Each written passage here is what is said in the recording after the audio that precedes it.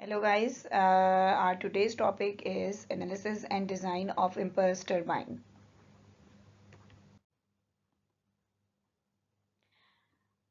The first we will start with a little introduction about the power generation. It is the generation of the electrical power. It is the most useful form due to its easy transmission. How to produce the power by different sources of the energies. The very first form is the hydropower scheme or the hydropower plants. Those are used to produce the electricity by the power or the energy source or by the water. Oil power plants where oils are used as an energy source to produce the electricity.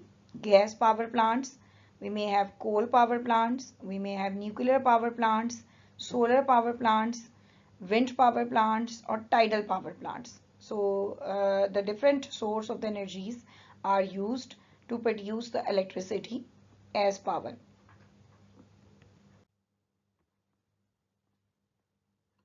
Now, if you just go deep in the statics of the contribution of these means or these sources to produce the electricity, that would be generically the hydropower scheme plant generally produce 16% of the total energy in the world, and all oil power plants contributes 3% of it. Gas power plants contributes 22% of the total electricity power generation.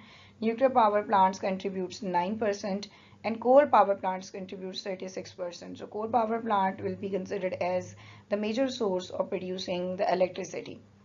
Maximum power demand of the Pakistan, if we talk about, so usually we have the maximum power demand 42,000 megawatt, and our hydropower potential of the Pakistan available that can be utilized effectively to produce the electricity, that is 64,000 megawatt around roundabout, and our installed hydropower are approximately producing 10,400 megawatt. So out of this available potential from the water source to be used as source of energy to produce electricity, that is 64,000, only we are producing 10,400. We're utilizing that this much. So 24% approximately is only we are utilizing out of the total potential available in the Pakistan.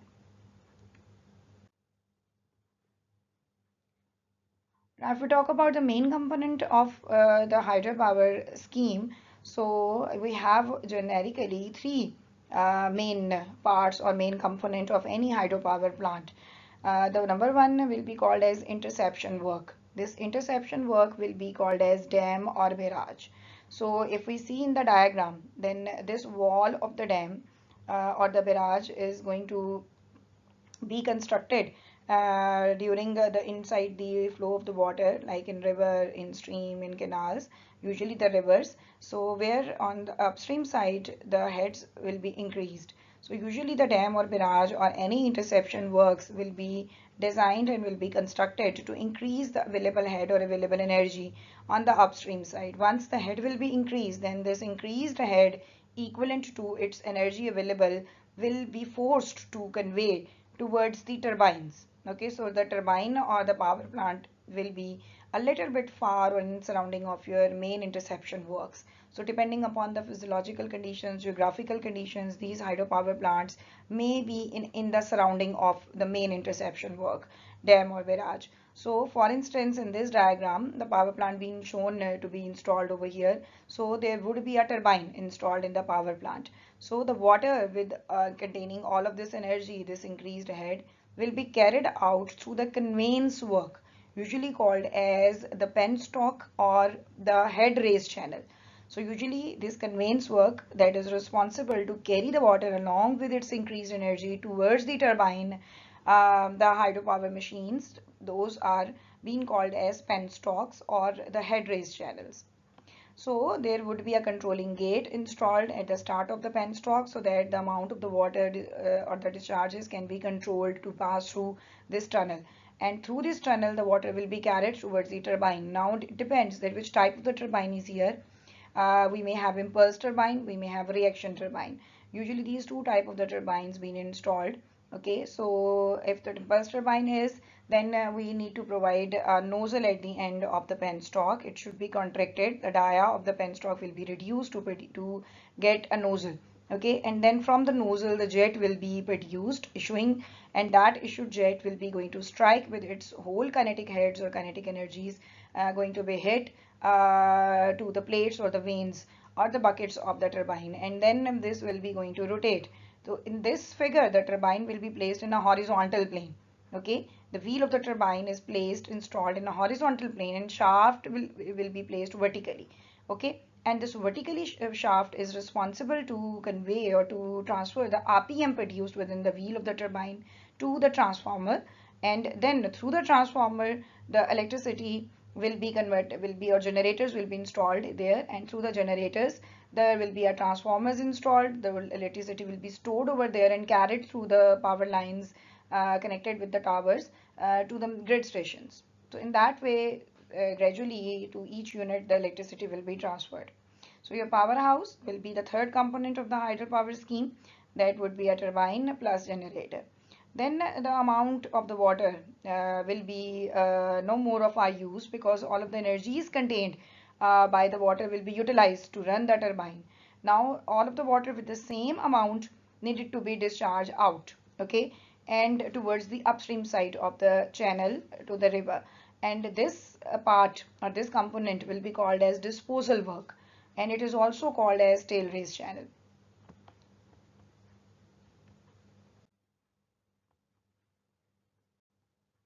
Now what turbines are? It is a machine which converts hydraulic energy into mechanical energy. Hydraulic energy is available in the river in the form of head, usually raised, and discharge, whereas the rotation of the shaft of the turbine gives a feeling of the mechanical energy. The type of the turbines: impulse turbine, also called as velocity turbine; reaction turbine, also called as pressure turbine. Types of impulse turbine. Now the first one, today we are going to be discuss this first turbine. Till the midterm exam you need to cover the impulse turbine only. After the mids we will start the reaction turbine.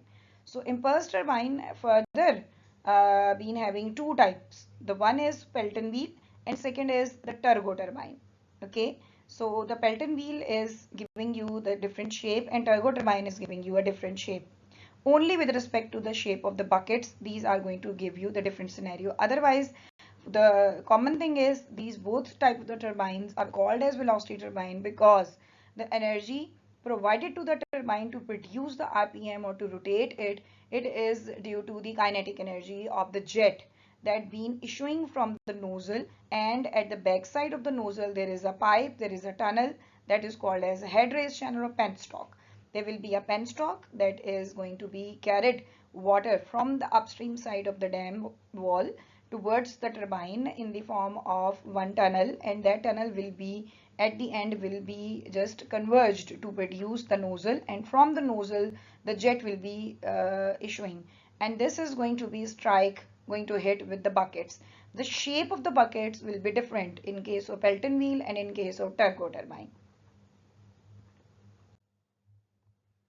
So if we talk about the Pelton wheel, okay, so the Pelton wheel bucket will be, I told you last time in the last lecture that the half bucket of the Pelton wheel will be analyzed to find out the force of the jet. But actually, if we talk about the whole bucket, so the shape of the bucket of a Pelton wheel will be like this. So it has a certain length. From one side, this bucket will be attached to the outer periphery of the wheel of the Pelton wheel turbine, and the other side will be in the air. So this is going to give you the length of the bucket. Okay, so in that way. Now this is curved in this form. But on the other side we have a separator provided or divider being provided at the middle of the bucket towards the lateral side. So jet will be going to be strike or going to be hit here at the divider, and from the divider it will be going to glide or slide laterally with along this bucket. Okay, and along the lateral side and along the width from two sides, again it is the half bucket is also curved. Okay, so we have two of the diameters same, the inlet diameter with respect to the center of the shaft and the outlet diameter with respect to the shaft, that would be the same. D1 will be equal to D2. D1 is the dia at the inlet, and D2 will be the dia at outlet. So inlet and outlet for the jet, that would be the same, okay, at any point. So if you are going to analyze it at this point, or at this point, all of the points, the vane angles will be the same. The vane angle will be very small at the inlet with the divider being provided, and it will be a little bit larger value when it will be going out, it is leaving from the outlet. So you have a certain inlet here and you have a certain outlet over here, and along the width of the bucket it being divided into two halves, okay. So we need to just do to analysis of it with respect to this. So we have already calculated the force of the jet for the Pelton wheel, but that was the half bucket of the Pelton wheel. So what we need to do right now, we will do it, we need to just make it double, okay, to consider the both of the parts at one time. The full bucket of the Pelton wheel will be giving you the force of the jet, the double as the half. So we will consider it during the analysis of the Pelton wheel runner.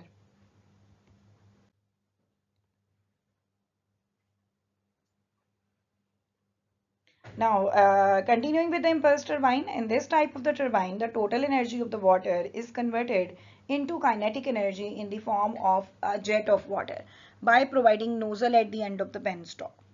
This jet strikes on the buckets of the wheel of the turbine, which applies an impulse force on the bucket and a torque on the runner of the turbine, which rotates it. As runner is keyed to the shaft, so this mechanical energy is transmitted to the shaft. In the field, shaft of the turbine is coupled with the shaft of the generator, and hence mechanical energy produced by the turbine is transmitted to the generator. The jet of the water is open to the atmosphere, so the pressure energy of the jet is zero. It has only very high kinetic energy.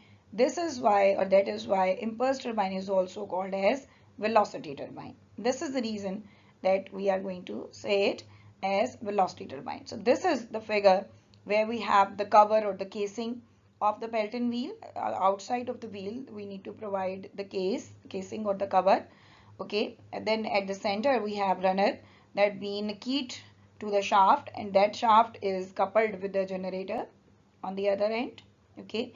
And we have this wheel and we have the buckets of this Pelton wheel.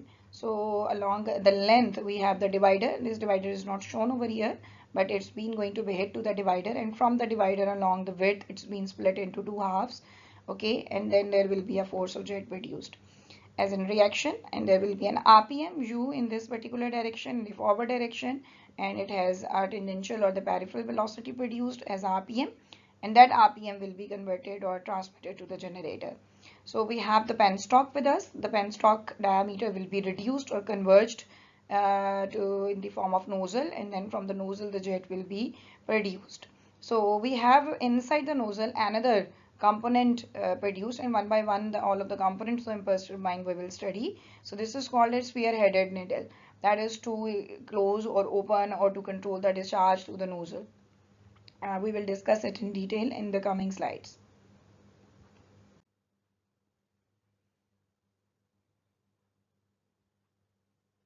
So in Pelton wheel, the total available energy of the fluid is converted into kinetic energy in the form of jet of the water by providing a nozzle or more than one nozzles.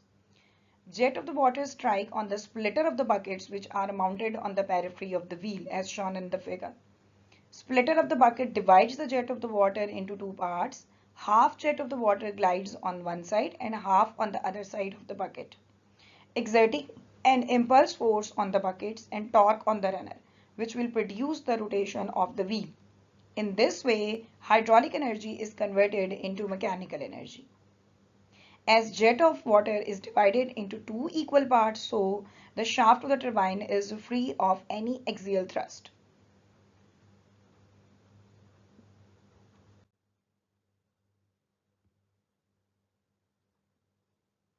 Now we will study the main components of the field Pelton wheel. Actually, that's been installed. So if we talk about the energy transformation from inlet to outlet, okay, of this whole system, start with the penstock and then the turbine level. So we will see over here, we have simply the water level at the upstream side. This is actually upstream side of the river. we have to construct the dam wall. So let's suppose this is a dam, and then this is a reservoir. The reservoir is giving you a certain head. So you can call this head as gross head or HG. Okay, that been produced, that been raised, that been increased due to this wall construction, that is wall of the dam. So we need to just provide a certain wall, okay, sluice gate, controlling gate over there, so that the amount of the water discharge can be controlled, that will coming or travel through this penstock. Then once it's been passing through or traveling through, the water will be traveling through the penstock, so we are expecting a certain lesser energy, is a drop in the energy, total energy. So if we see this line, first of all we have the ideal energy line.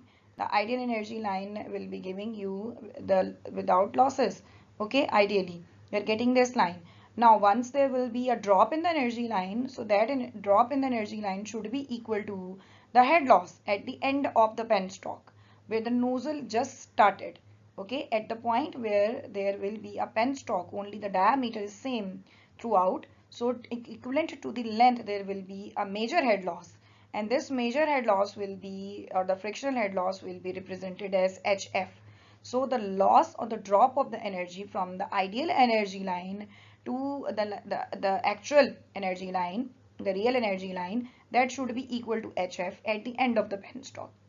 Now, what is happening to the hydraulic grade line? Hydraulic grade line is representing the static head. So your static heads mean your potential energy, potential head plus the pressure heads. These are going to be reduced as well.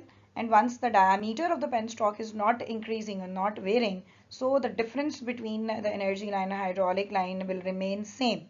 Okay, that you should know this knowledge, that the energy line, the difference of the energy line and the hydraulic grade line, this is equal to the energy, kinetic energy head, v square over 2g. So, and your velocity is dependent on the dia of the pipe. If the dia of the pipe or the tunnel will be varying, will be increased, so depending upon that, this difference will be increased or decreased. Okay, so here it is a constant variation between the energy line and hydraulic grade line, which does mean that the dia of the penstock will remain constant throughout. Okay, now what is happening to the nozzle? You know very well, if you need to draw the energy line, so your energy line should be dropped, okay, towards the center of this one. So your energy line will be dropped equivalent to the head loss. Okay, so again, so if this head loss, there will be no head loss, you are just having atmospheric condition, so your energy line will become constant again. But what about your hydraulic grade line? Your hydraulic grade line should meet to the center of the jet, because the jet condition is giving you pressure head equal to 0. Okay, if that's so, then only the elevation will be left over here and the velocity head will be there, but your pressure heads are 0, so you need to become at the center of the jet for the hydraulic grade line. Okay, so finally you are getting your head equal to this much value, okay, at the tail race. So you have a certain level of the water to at the downstream side of the river, and once your water's been just discharging out towards the tail race side, so there should be a certain level of the water. So the difference of the level of the water, that is called as the net head, after just excluding the losses from the actual head. So net head or the effective head will be available at the end. So finally, once there will be a jet condition, so this h, small h, will be left. Okay, that should be equal to the head at the tail race channel, and this total losses will be excluded from this. So finally we can say that for the penstock we need this net head energy or effective energy, that will be converting into jet. All of the energy is equivalent to net head will be converted into kinetic head of the jet only. Okay, and this is going to be produce the force of the jet in the buckets of the plates of the turbines, buckets of the turbine, and will be converted into RPM. So coming back to our main components of the field, belt and wheel. So we are not discussing here all of these parts. We are coming directly to our turbine. Okay, we are interested here, and so the parts of the turbines will be discussed. So first of all, the first component that we will going to discuss will be the nozzle. Second, spear-headed needle. Third, runner. Fourth, shaft. Fifth, casing, and seventh, governor.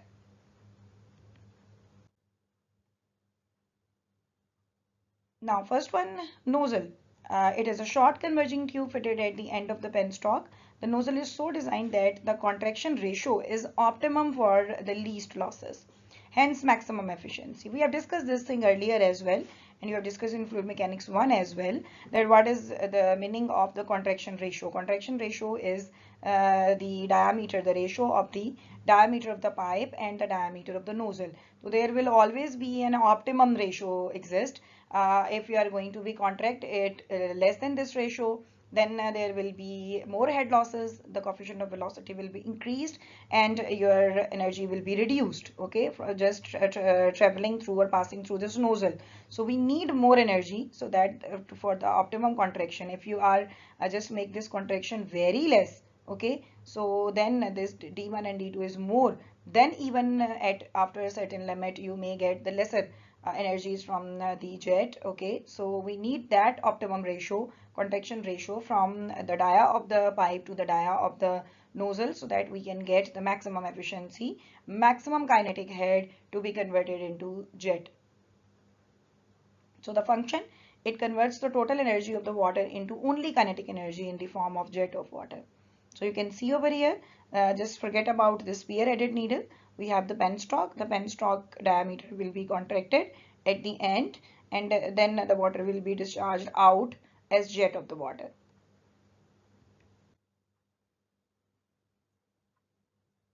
Now we talk about the brake nozzle. Okay, one nozzle we have where we are just reducing the diameter from the penstock, that is causing the RPM to be produced in this particular direction that's shown in the figure with the help of this arrow. So in the anti-clockwise direction, there will always be an RPM produced, the rotation will be produced. But sometimes in emergency cases, in case of any accident or in case of very high windstorm, okay, we require to just shut down our turbines. So for that particular case, at once we need to shut it down. But you know that due to the inertial forces, if we are going to going to close the nozzle, and we are not allowing the discharge to be flowing through the nozzle, and we are closing this mouth of the nozzle, then there will be no discharge, there will be no force impact of the jet, and there will be no movement. But once it's been having a certain RPM, it been achieved a certain RPM, then it will take some time to stop, okay. So if there is no time, and in emergency cases, in the accident cases, you need to stop it, the runner of the wheel, at once. So we need these brake nozzles. The brake nozzles are the simply pipe just having again contraction, the smaller diameter, where the water being just issuing, and they are causing an impact on the backside of the vanes or the buckets. Those are producing RPM opposite to the produced RPM of the turbine, so that it is going to intend it's to stop the your runner, okay. So in order to stop the turbine immediately, nozzle mouth is completely closed with the spear-headed needle. First of all, we are going to close it, okay, by providing this spear-headed needle. The jet of the water will disappear, but the turbine will keep on rotating due to inertial effects. At this stage, braking jet valve is opened. Jet will strike on the backside of the buckets and will apply a brake on the rotating runner. In this way, turbine is brought at rest. So finally, your turbine or runner of the turbine will be coming at rest. So in case of any accident, emergency cases, storm conditions, okay, when in the field there will be a high wind storm. So in the case when we are providing the casing, just because of that, it can avoid it, that situation can be avoided. But still, if there is a high wind storm, then we need to just stop for a while, because the wind can affect the RPM and the other components to be affected for the turbines.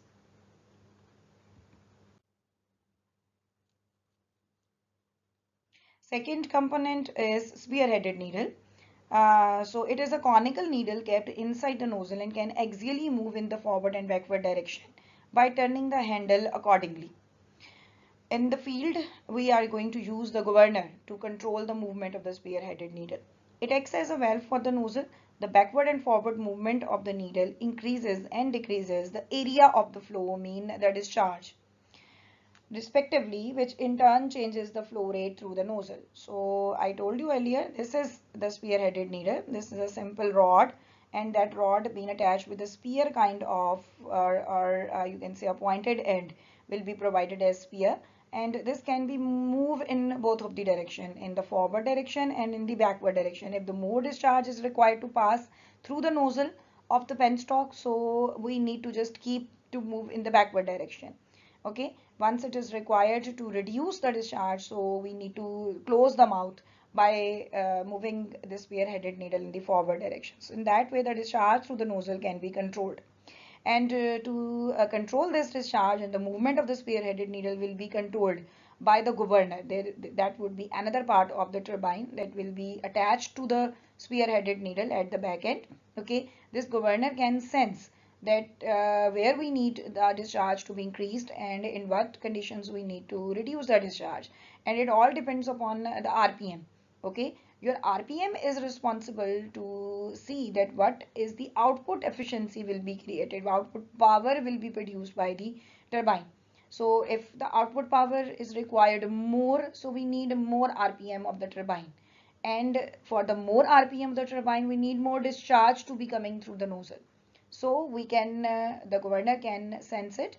Okay, and it can move the needle, spear-headed needle, in the backward direction to allow more discharge to coming in. But once it is required that from the turbine the lesser power to be produced at the output side, so the RPM should be reduced. To reduce the RPM, the discharge to the nozzle need to be reduced, and for that again governor be there that is going to move the spear-headed needle. So there would be a sensor installed in the governors. There will be all instructions, and the required output at each time will be there. Instructions will be there, and it is going to move accordingly, going to be function accordingly.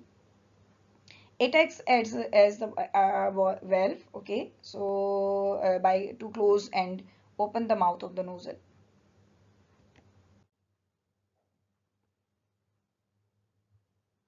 Now runner. The runner of the Pelton wheel turbine consists of a number of double cupped shaped, hemispherical or ellipsoidal, in shape fixed in the periphery of the wheel at equal spacing. Each bucket has a sharp edge at the middle in the radial direction called the splitter. Radial direction mean in the lateral direction along the width. So here you have a splitter, okay, and it can be split this bucket along the length, and the water is going to be slide along the lateral direction. Jet strikes each bucket at this splitter and is divided into two parts, thus avoiding any unbalanced thrust on the shaft. So we have the force to be applied. If we see the radial, the length direction, this is the length of the bucket, okay. And if we can see the other part as well along the width, so we have divider here, okay. So here we have one movement of the jet, and the jet will be moving in the other direction. Okay, so this is inlet tip for both of the compartments. So the divider will be going to act as the inlet, and there will be two outlets on the two outer edges along the lateral direction. So if we talk about the force of the jet, then on one compartment there will be force of the jet in this direction, and on the other compartment the force of the jet will be like this. So we might have the thrust produced, okay, and this would be in the opposite direction. So here the Ft, the produced in for this case will be in a downward direction, and here the thrust will be produced in the upward direction, and from both of the compartments these thrusts will be cancelled out, and finally you are not getting any axial component of the force of the jet, only normal component will be left. Okay, so the function is the runner converts the hydraulic energy into mechanical energy and transmits this mechanical energy to the shaft, and this mechanical energy is in the form of RPM.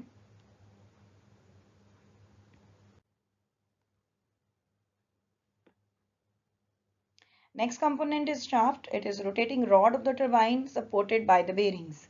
The runner is key to the shaft, which is made of mild steel. Function is to transmit the mechanical energy from runner to the generator. Then comes casing. The cover provided around the runner is known as casing. It is made of cast iron. Its upper part can be easily removed as it is bolted with the lower part. The pressure of the water inside the casing is atmospheric. The function of the casing does not maintain any hydraulic pressure. Following are its main function. Number one, to provide safety around the runner or to avoid the accidents. To limit the splashing of the water and to guide that water to the tail race channel. Okay, so the very first thing is that we need to maintain the atmospheric condition within the runner. Okay, and the casing should be designed in such a way that there should not be any additional pressure present, or the lesser pressure than the atmospheric or more than the atmospheric. This kind of conditions should not be produced due to the casing. Okay, so the casing should be aired properly so that the atmospheric conditions will be maintained throughout the runner, where the water being just passing through it. So it is going to used to provide the safety for the laborers as well, and it is also going to limit the splashing of the water and also guide it that what is the way that how the water being just coming, because it is the casing. For instance, we have the runner here, so the water is coming in this direction. Okay, so once it's been moving, so sometimes it is going to take a full rotation, the additional water, and then it is going to the tail race channel. Okay, sometime it is happening, so it is need to be just take its whole path and then it is going to the tail race channel. So it is going to guide the water to be go towards the tail race.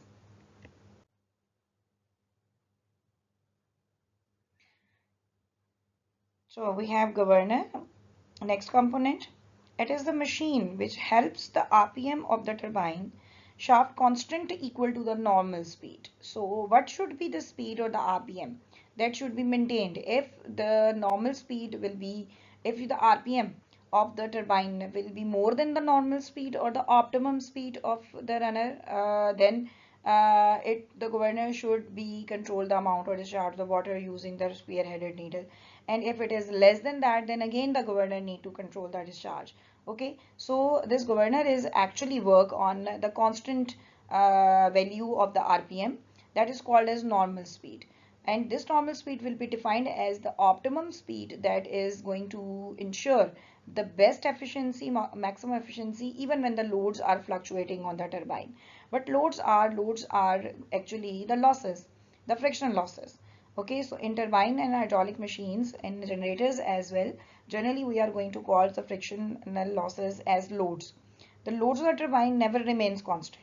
These losses will go on just varying.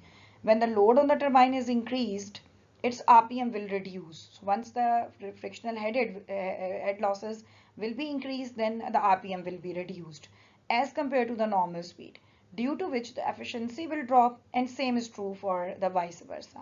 So the depending upon the losses present within the turbine, friction losses, the head losses, we need to maintain the speed of the turbine equivalent to the normal speed. The normal speed is that is going to give you the maximum efficiency or optimum.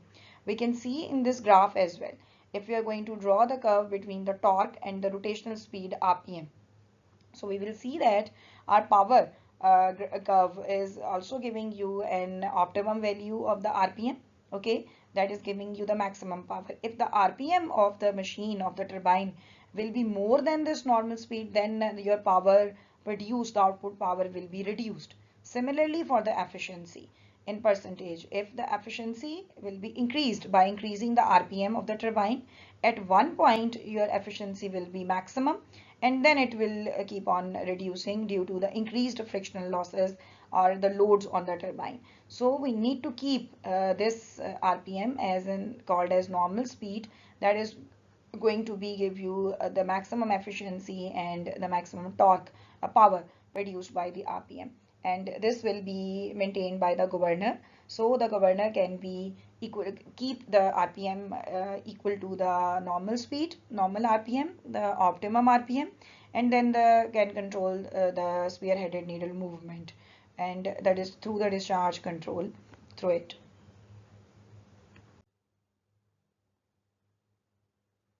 Now we'll talk about the setting of the belt and wheel. The setting means it is the position of the shaft on the belt and wheel. So type of the setting, we have the horizontal setting. If the axis of the shaft of the turbine is horizontal and your actual runner is lying in the vertical plane, so it is called as horizontal setting. It has further two types, that is single overhung unit and double overhung unit. Single overhung unit mean the single turbine is connected to a generator, and double overhung unit mean that two turbines are connected to a single generator. So you have generator at the mid. Here you can see we have these two turbines, and here its shaft RPM and its shaft RPM will be transferred to the one generator in the center. And here in this case, when you have single overhang unit, then one-to-one connection, just one shaft or one turbine is coupled with the one generator. Okay.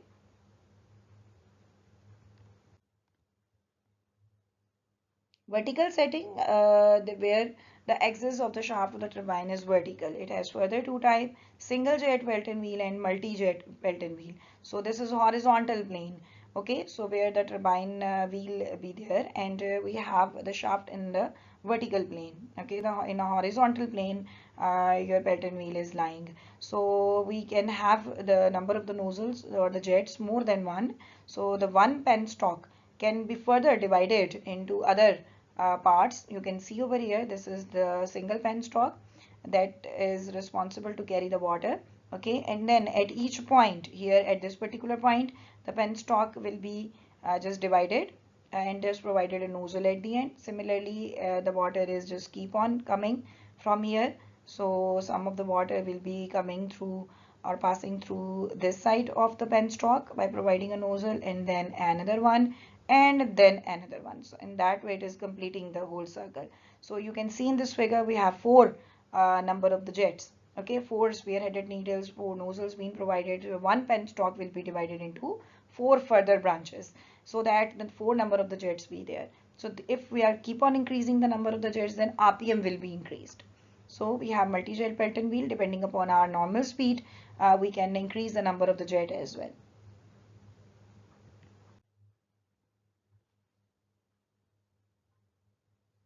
Now, work done by the Pelton wheel, there is not an extra or additional work to do. We have done it earlier, so we have discussed this thing. But now the situation is we have this Pelton wheel being total runner, full runner will be divided into two compartments. So we can say that we have U1 as a velocity of the bucket, peripheral velocity of the bucket, VR1 as the relative velocity, and V1 or the VW1 was the whirl velocity. So the jet being going to strike to the divider, and from the divider it's been going to be glide or slide through the internal surface to each of the compartment. It is coming out as in VR2, the relative velocity of the jet, with the same vane angle, that is theta 2. We have discussed this velocity triangle with the guide plate angle as beta 2, and with the flow velocity, the V2 can be divided into two components, one vertical, one horizontal. Vertical component will be called as flow velocity, and the horizontal component will be called as VW2. And similarly, if we talk about the U2, the velocity at inlet, that should be equal to U2. So we can say that our U1 equal to U2 because it is equal to pi dn by 60. So if we have same diameter at the inlet and outlet, so we can say that it is same. U1 will be equal to U2 for the Pelton wheel only, not for the turbo turbine. For the Pelton wheel, these two values will be equal to each other. So you need to consider the water striking on the splitter of the bucket of the runner of the Pelton wheel as shown in the figure. So rho is the density of the fluid, d is diameter. We know all of these parameters, just enlist it again. Okay, we have A as cross-sectional area of the jet, V velocity of the jet, Q as discharge, M as mass flow rate, phi is the deflection angle, Fn is the force of the bucket of the jet. This is T over here in the normal direction. Jet of the water will divide it to equal halves. One will glide on one side of the splitter and other on the other side of the splitter.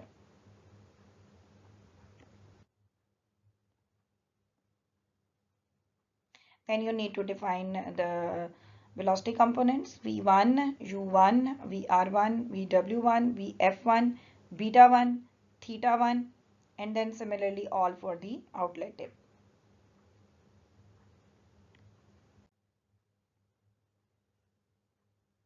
Now we know that the Fn can be calculated by applying the IME along the x direction. So you have already derived it. So you have this condition. But now you know that if you have the mass flow rate, so your mass flow rate will be divided into two halves. So one in one compartment and one other in the other compartment. So your mass flow rate will be halved, m by 2. So rho q divided by 2. But on the other side, we know that our velocity will be doubled. Okay, so one velocity we are getting from the half compartment, and the velocity you are getting two relative velocities. So one will be VR2 from this side and VR2 from the other compartment. So this plus this from both of the compartment, the velocity will be doubled. Okay, and the mass flow rate will be halved. So finally this two will be cancelled out, and you are getting the same relationship as we have earlier. So your rho q Vr1 plus Vr2 cos of theta 2 will be the force, normal force of the jet for the real Pelton wheel. For the ideal case, you need to take your velocities Vr1 and Vr2 equal to each other, and that would be Vr, and Vr is equal to V minus U, that is the relative velocity. So just input over there and you can get your equation number 2 for the ideal Pelton wheel.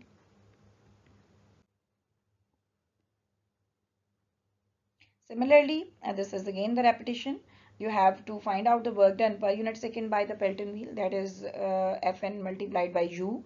You have rho q V minus U1 plus cos of theta 2 multiplied by U. So if it is required to find out the work done per second per unit weight by the Pelton wheel, you need to divide this relationship with gamma q and just simplify the relation to get U over G V minus U 1 plus cos of theta 2. Then the supplied energy, the head, that is kinetic head by the jet, V square over 2G. Just divide output over input, multiplied it by 100. You can get the efficiency of the ideal Pelton wheel. To obtain the maximum efficiency of the Pelton wheel, like the water wheel, you can do this practice again here. Okay, so the field Pelton wheel, after dividing it into its two compartments, finally you have the efficiency with you. To get the maximum efficiency, you can have again the relationship. So that would be the same. You have to drive the efficiency equation with respect to U and just keep it equal to 0. And you will get the same relationship, U is equal to V by 2. To maximum, the efficiency of the wheel can be obtained by substituting the value of the U in equation number 6. And you will see that you are getting this relationship. So maximum efficiency formula comes out to be 50 multiplied by 1 plus cos of theta 2. So it means that your whole of the maximum efficiency depends on this theta value. Okay, so if theta value will be exactly equal to 0, so cos 0 will be equal to 1 and 1 plus 1 will be equal to 2, and 50 multiplied by 2 you can get ideally 100% efficiency is equal to 100%. So to get the 100% efficiency in case of the curved plate, you need this theta to equal to 0 or closer to 0. Then only you can get 100% efficiency. So if theoretically you can take theta to equal to 0, so you can get 100% efficiency. So, but theoretically this maximum efficiency is not 100%. Okay, theoretically you can get, but practically it is not, because we have the friction. So Vr1 is not equal to Vr2. Theta 1 is not equal to 0 degree. Practically it is very small, 3 degree to 6 degrees. Even for the divider. Okay, so you are providing the divider. So divider is having a certain angle, at an angle. So your divider is also not giving you a horizontal part of it. This will be at a inclination. So it would be 3 degree to 6 degrees. And theta 2, the outside vane angle, the other side, it will be 5 to 15 degrees, a little bit higher. Practically we are providing it. So due to these three facts, your efficiency will not be equal to 100%. Okay, so we need to incorporate the values to be lower down, and then actual efficiency can be get. But near to the 100%, obviously more than 90 or 80, the more efficiency will be corresponds to the more efficient Pelton wheel or turbine.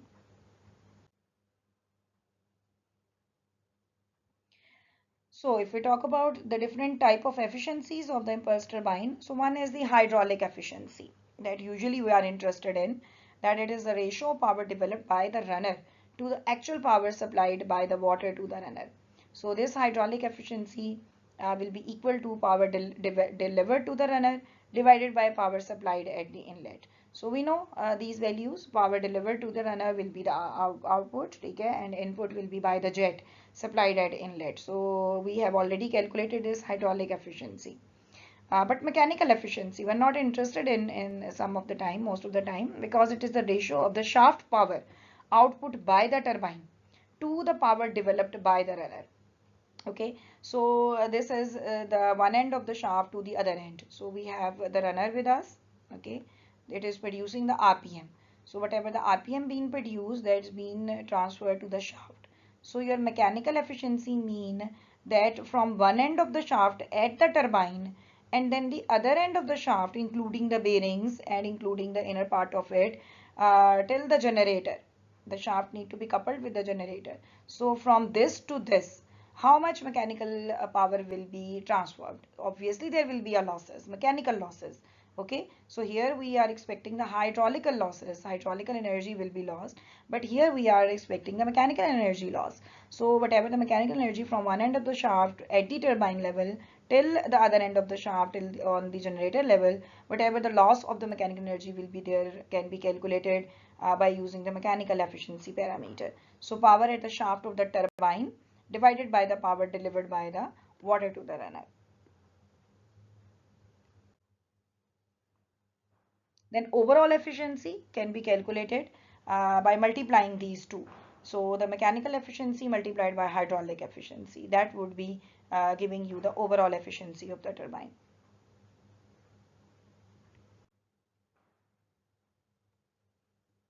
Then if we need to provide number of the jets more than one, then how we can do this? If a single jet is not sufficient for providing the required power or RPM, then more than one jets can be provided, keeping in view the following points. Number one, jet should strike the runner with the equal spacing.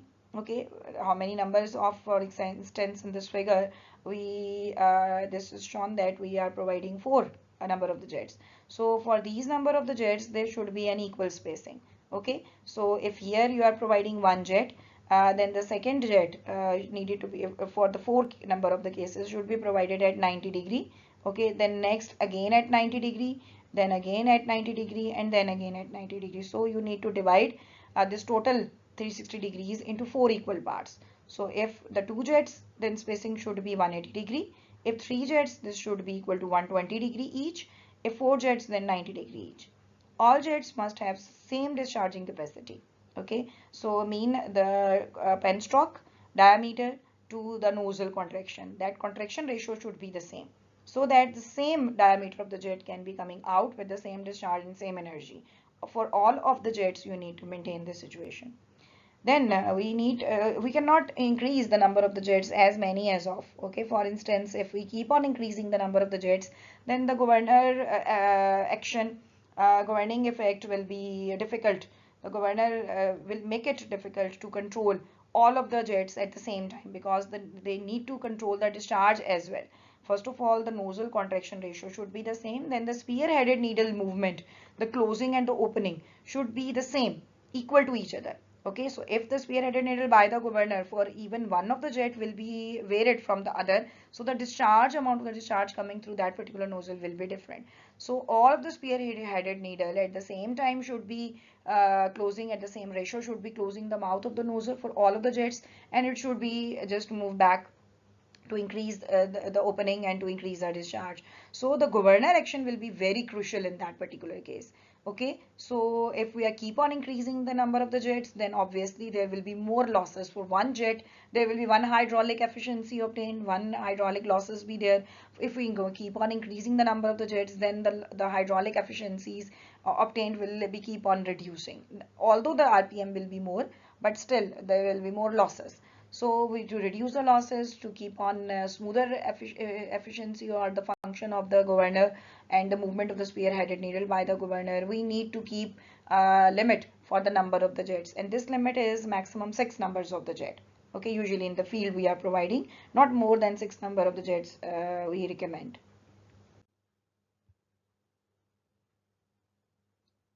Now for design of the Pelton wheel, we need a set of input data and then set of the parameters those are required to design actually. In input parameter, we always required an output power.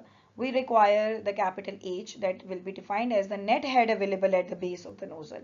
As I have told you that from the gross head at the upstream side, finally when the water is coming at the end of the nozzle, so there should be a net head available at the base of the nozzle, and that is required to be determined, and equivalent to that the head coming or entering inside the turbine, and N will be the RPM of the turbine. Okay, so these should be available as an input data to design your Pelton wheel. And what to design? We need to design the diameter of the runner, and this diameter of the runner is also called as pitch circle diameter or mean diameter. In the figure you can see, if we take the diameter of the runner for the extreme edge, so one diameter we may have this, And if we talk about the other edge, so the second diameter should be this one, or radius should be this one from the center. And if we talk about the diameter, so one diameter will be from this edge to this, and second diameter should be from the outer edge to outer edge. So we are not getting this diameter as in design for as diameter of the circle, the runner. We are going to be consider the average or the mean diameter just from the center of the wheel. Okay, you can see this line. Okay, this is going to show you the mean diameter, and this is technically called as pitch diameter or pitch circle diameter for the Pelton wheel turbine. D, we need to design the diameter of the jet. Okay, then the number of the jets, number of the buckets. Okay, how many number of the buckets will be provided with equal spacing for sure. Then WB, width of the bucket, and the depth of the bucket. Okay, so in all forms you need to complete the set of the design parameter. Now we can start the design with the assumptions. We continue the design of the Pelton wheel with the assumptions. So we can have certain assumptions for the coefficient of the velocity. So that should be kept between 0.97 to 0.99. Then the relationship between U over V for the real case, okay, the practical Pelton wheel and the field Pelton wheel. So we have less than 50%, okay, less than 0.5. So generally it's been taken as 0.46. This assumed parameters you need to be considered during the problem solving situation when the problem statement will be given to you in assessment without these parameters.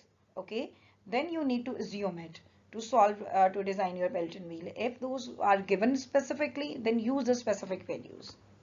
So you can consider, if it is not given specifically, the U over V ratio as 0.46. The relationship between the peripheral velocity and the velocity of the jets will comes out to be 0.46. The overall efficiency, usually 80 to 87%, including the hydraulic and mechanical efficiency both. Initially assumed number of the jets always would be 1. Okay, so then you need to see that depending upon your required RPM N and your required power, how many number of the jets should satisfy this particular condition. So you need to see it. So starting with the first parameter, a design parameter, that is diameter of the runner, pitch circle diameter, that is from the center of the bucket from the till the center of the runner. Okay, so for that we can start with this relationship of the actual to theoretical velocity of the jet, that is V is equal to CV2GH whole square under root, where H is the net height available at the base of the nozzle, CV will be coefficient of the velocity and its value depends upon the friction of the nozzle. And also we know this relationship U is equal to 0.46 V, and you have U as pi d n by 60. Okay, so just keeping on one by one. Step number one is you need to assume the CV or by the available provided value of the CV and the input parameter as H head available. Okay, you can find out the velocity of the jet. Once the velocity of the jet is known, then by the assumed or specifically given relationship of velocity of the jet to the peripheral velocity can be determined. And by the formula of the peripheral velocity, this d is unknown only. You have n as in given parameter, input parameter, okay, and pi and 60 are constant numbers. So you have this d diameter of the runner equal to 60 u over pi n, and you can find out this capital D as diameter of the runner.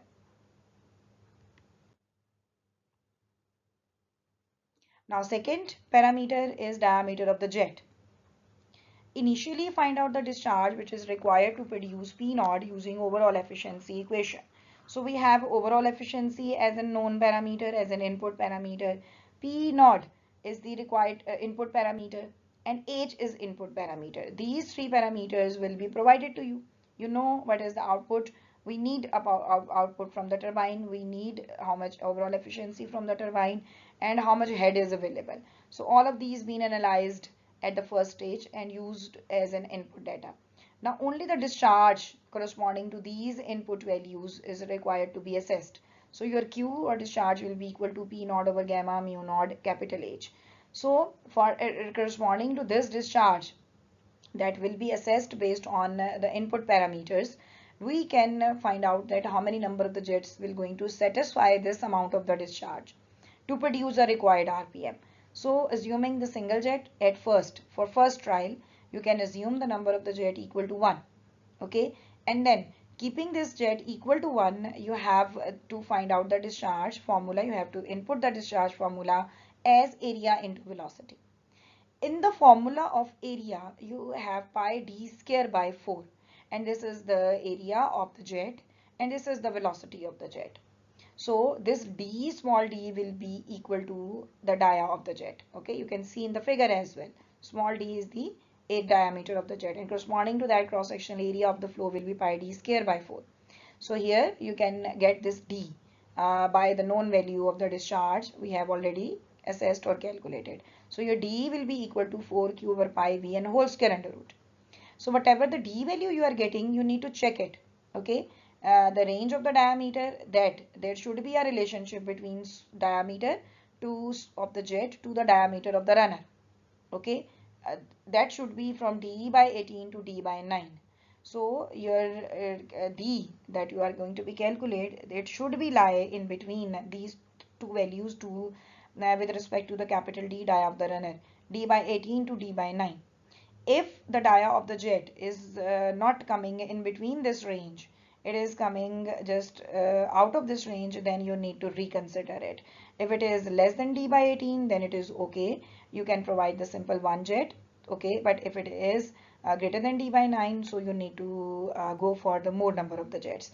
So this is trial and error. So range of the diameter of the jet should be in between. This is the condition. So if it is satisfying, then only you can have the number of the jet equal to 1. If it is not, then you have to reassess it. We will see in the next part. Here, so number of the jets nj. So you have in the last part calculated the diameter of the jet. So depending upon the diameter of the jet, it should range between d by 18 to d by 9. So assuming one jet at the first, okay, these steps are written in the slide one by one. Check the selected diameter.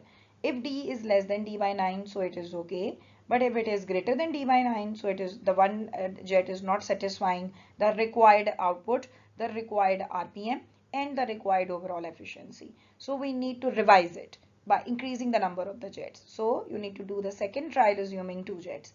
Assume 2 jets like nj is equal to 2, and you need to half the assessed or calculated discharge corresponding to design input parameters. So you have already discharged, but if you are providing 2 number of the jets, then your discharge will be halved.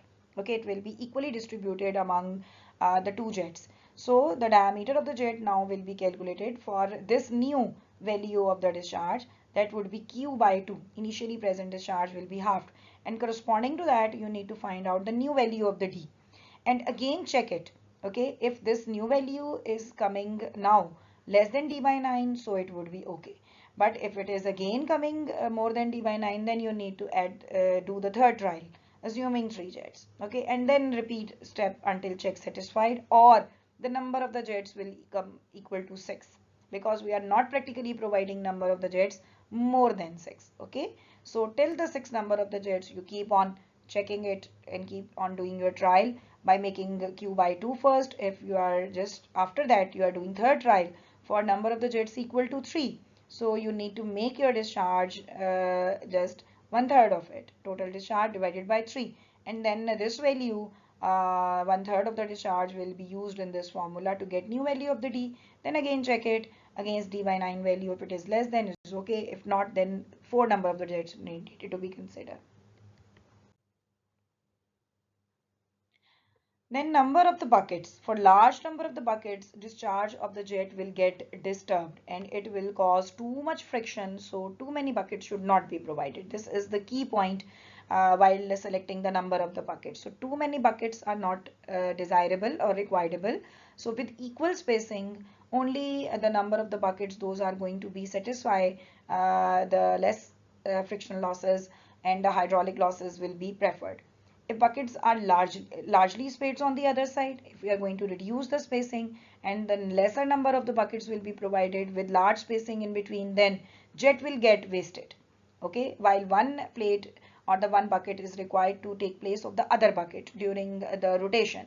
So there will be a large spacing, so there will be a waste of the water.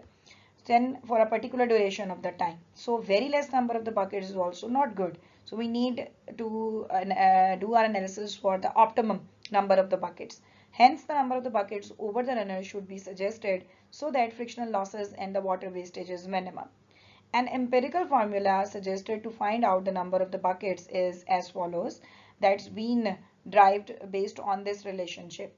For the different type of the runners, by changing the diameter of the runner, they have just put or just drawn the graph against the number of the buckets. So if we have this dia, then for this dia they have increased the number of the buckets and get the value. So they have seen that the minimum number of the buckets should be 15. So this 15 should be the intercept, okay, to get this d over d2 relationship, okay, and they have seen that this slope will be equal to d by d2 and the equation of the line, straight line, and the 15 will be the y-intercept. Statistically, they have calculated the number of the buckets equal to d by 2d plus 15.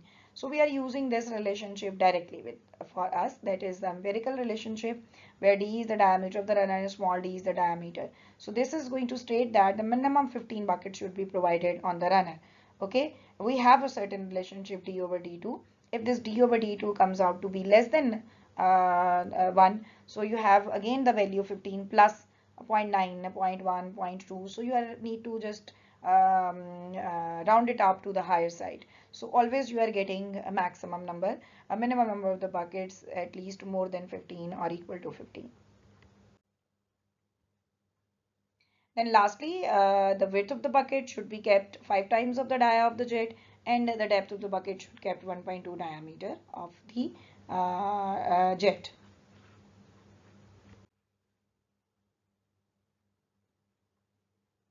This is another important definition, the specific speed of the turbine. This is also very important to calculate the specific speed, that is called as the defined as the speed or the RPM of the shaft of an imaginary turbine which is geometrically similar to the actual one, working under the unit head and produce the unit power.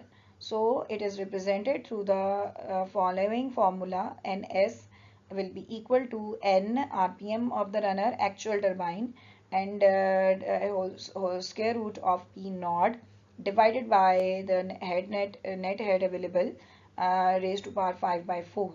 Okay, so in that way you can find out the ns. So geometrically similar mean the two shapes or the two geometrical conditions or two structures, those are having the dimensions to be scaled down or scaled up, okay, but the internal angles will remain same. This is called as geometrical similar. So if this is one triangle, so we can just take scale down this triangle by reducing their dimensions but keeping their internal angle same. So if it is 60 degrees, so its shape will remain same with this 60-degree angle. If it is 90-degree, keep this 90-degree same, keep this 30-degree same, but the dimensions of each side can be reduced. This is called as the geometrically similar structures. So if we are going to be imaginary consider a turbine that is geometrically similar to the actual field turbine, then those are working under the unit head. So unit conditions can be established for the imaginary turbine where the unit head and it is also going to produce the unit power. So this is going to give you the specific speed. This specific speed is very useful to determine or to get the idea that which type of the turbine is actually being used for against the available head, against the power, and against the RPM required in the field. So all above parameters in equations are known as input parameters for the design of the turbine. It is used to select the type of the turbine at the site. So if we will be asked to you guys that what is the benefit of the specific speed of the turbine to be determined in design, this is to be used to actually select the type of the turbine at the site. This is a very small table. If the specific speed is high, okay, then you are going to use the Kaplan turbine. We will see this Kaplan turbine. This is a reaction turbine. And if the specific speed ns is medium, then we are going to select the Francis turbine. This is also a reaction turbine. And if the specific speed is low, Then we are going to select the Pelton wheel, that is impulse turbine. So this is impulse turbine that we are studying right now, and Francis and Kaplan turbines are the reaction turbine. And if these are going to be selected based on the specific speed. For higher and medium speeds, we are using reaction turbine. For the lower specific speeds, we are using going to select the Pelton wheel in the field.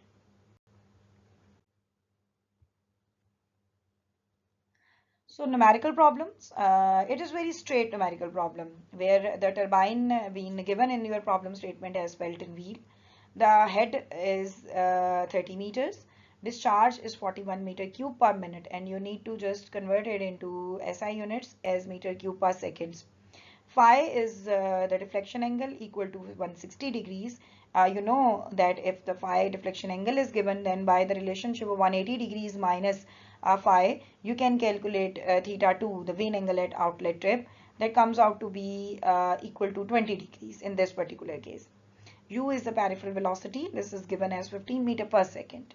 But you need to find the power, output power, and the hydraulic efficiency only. So this is very straight. You have to use the equation to find out V as CV2GH. You have to assume CV as 0.99, and this V velocity you can determine as 24.01 velocity of the jet. Then VR1, the relative velocity can be determined as V1 minus U1 as 12.01 meter per second, assuming the ideal conditions unless otherwise stated.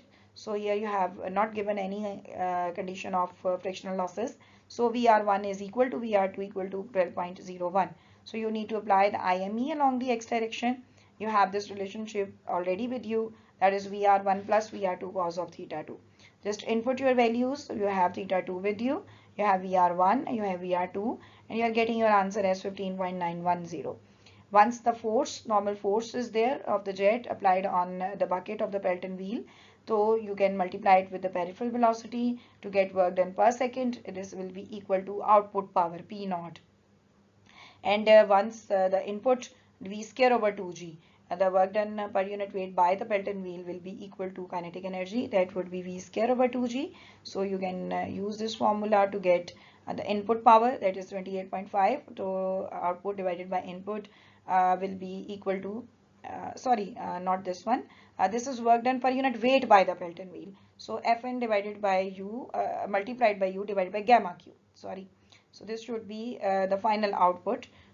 Okay, in terms of head. So Fnu divided by gamma Q will be equal to 28.5 meters, and this should be V square over 2G. Okay, the work done per unit weight supplied. This is input power, so V square over 2G. So this can be calculated easily, and you can find out output divided by input multiplied by 100 to get your efficiency. So it comes out to be 97.7%. So it is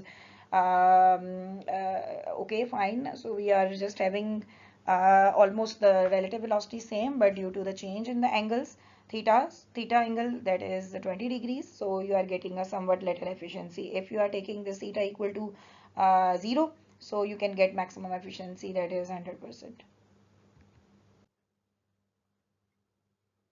Second numerical problem is to design the Pelton wheel where the output power is given as 18,000 horsepower, U over V as 0.46, net head available as 800 meter at the base of the nozzle, and RPM is 600.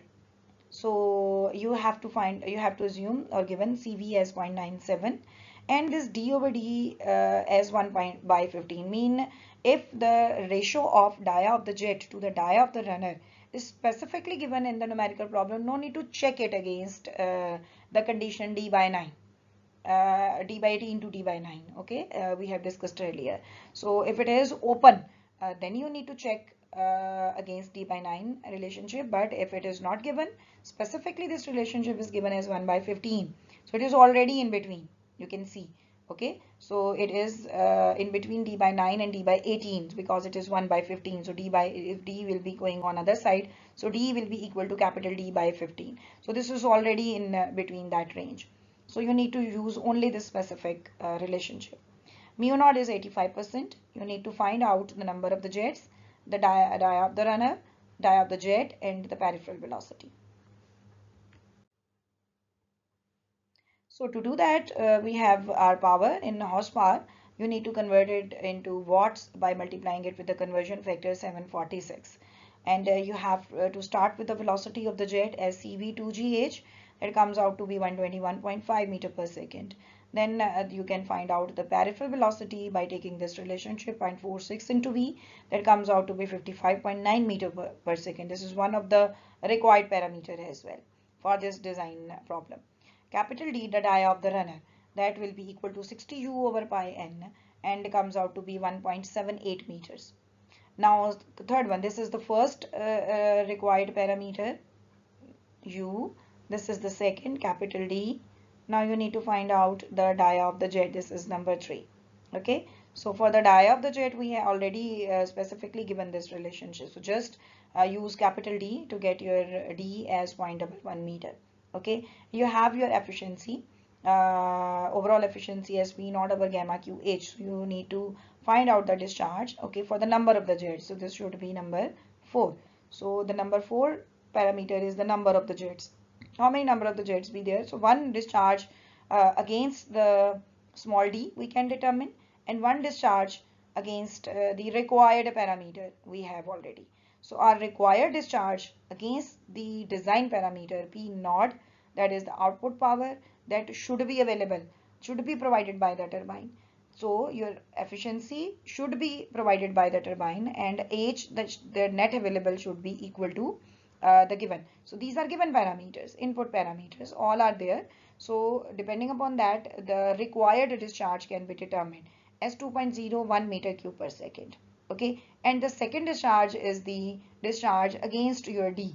Okay, so that would be, you need to determine. So we need to see that the discharge capacity of the one jet equal to diameter 0.11 meter. So that discharge Q1J you can determine by using this relationship. Okay, this is the provided and this is the required one. Required is 2.01. And if we see that how much discharge will be produced by the one jet, we have area into velocity, and if we are going to input this 0.11 meter here as diameter of the jet and multiplying it with the velocity of the jet, we are getting this relationship, a somewhat lesser value, because we are getting this ratio of the discharge required to the discharge produced to one jet, in our case comes out to be 1.74. So it is more than 1. So what does it means? That one number of the jet is not sufficient to provide the required discharge against the input parameter. So we need to keep it round it on the higher side, taking number of the jets equal to 2. So this is the easiest way without the trials, because the dia of the jet you can determine by the provided relationship, that is 1 by 15. So now you need to check only the discharge. Okay, that whether the required discharge is equal to the provided or producing discharge by r number of the jets and this diameter 0.11 meter. Corresponding to that, the discharge is lesser and required is more. So one jet is not sufficient to provide the required discharge within this turbine. So you need to make it 2. Okay, so if it would be more than 2 comes out to be, then you need to provide 3 number of the jets. So depending upon this ratio of required discharge to the discharge to your jet, number of the jets, you need to get this answer.